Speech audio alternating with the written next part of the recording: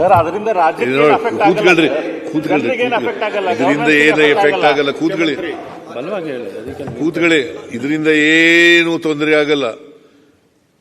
ಯಾರೋ ಒಬ್ರು ಹೇಳಿದ ತಕ್ಷಣನೇ ಅಭಿಪ್ರಾಯ ಹೇಳಿದ ತಕ್ಷಣ ಅವ್ರ ಅಭಿಪ್ರಾಯ ಹೇಳಿರ್ತಾರೆ.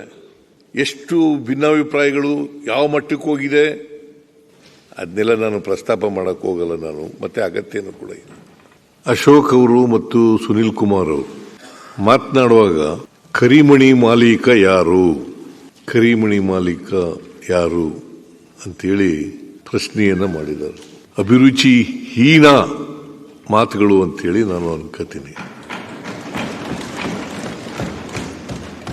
ನಾನು ವಿರೋಧ ಪಕ್ಷದ ನಾಯಕರಾದಂಥ ಮಾನ್ಯ ಅಶೋಕ್ ಮತ್ತು ಹಿರಿಯ ಸದಸ್ಯರಾದಂಥ ಸುನಿಲ್ ಕುಮಾರ್ ಅವರಿಂದ ಇಂಥ ಮಾತುಗಳನ್ನು ನಿರೀಕ್ಷೆ ಮಾಡಿರಲಿಲ್ಲ ಅಂತೇಳಿ ಸದನದಲ್ಲಿ ತಿಳಿಸಲಿಕ್ಕೆ ಬಯಸ್ತಾ ಇದ್ದೇನೆ.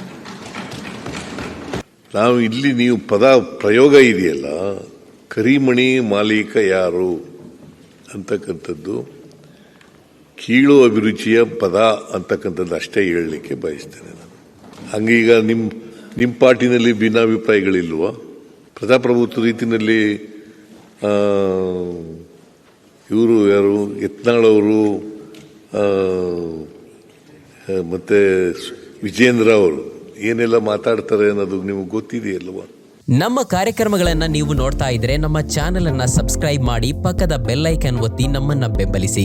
ಹಾಗೆ ನಮ್ಮ ಕಾರ್ಯಕ್ರಮಗಳನ್ನ ಲೈಕ್ ಮಾಡಿ, ಕಮೆಂಟ್ ಮಾಡಿ, ಅದನ್ನ ಬೇರೆಯವರಿಗೂ ವಾಟ್ಸ್ಆಪ್ ಮೂಲಕ ಶೇರ್ ಮಾಡಿ. ನೀವು ಹೀಗೆ ಮಾಡಿದಾಗ ನಮ್ಮ ಚಾನೆಲ್ ಮತ್ತಷ್ಟು ಜನರಿಗೆ ತಲುಪಲು ನೀವು ನಮ್ಮೊಂದಿಗೆ ಸಹಕರಿಸಿದ ಹಾಗಾಗುತ್ತೆ. ಇದು ನೀವು ಯಾವುದೇ ಖರ್ಚಿಲ್ಲದೆ ಕೆಲವೇ ಸೆಕೆಂಡುಗಳಲ್ಲಿ ನೀಡಬಹುದಾದ ಸಹಕಾರ. ಧನ್ಯವಾದಗಳು.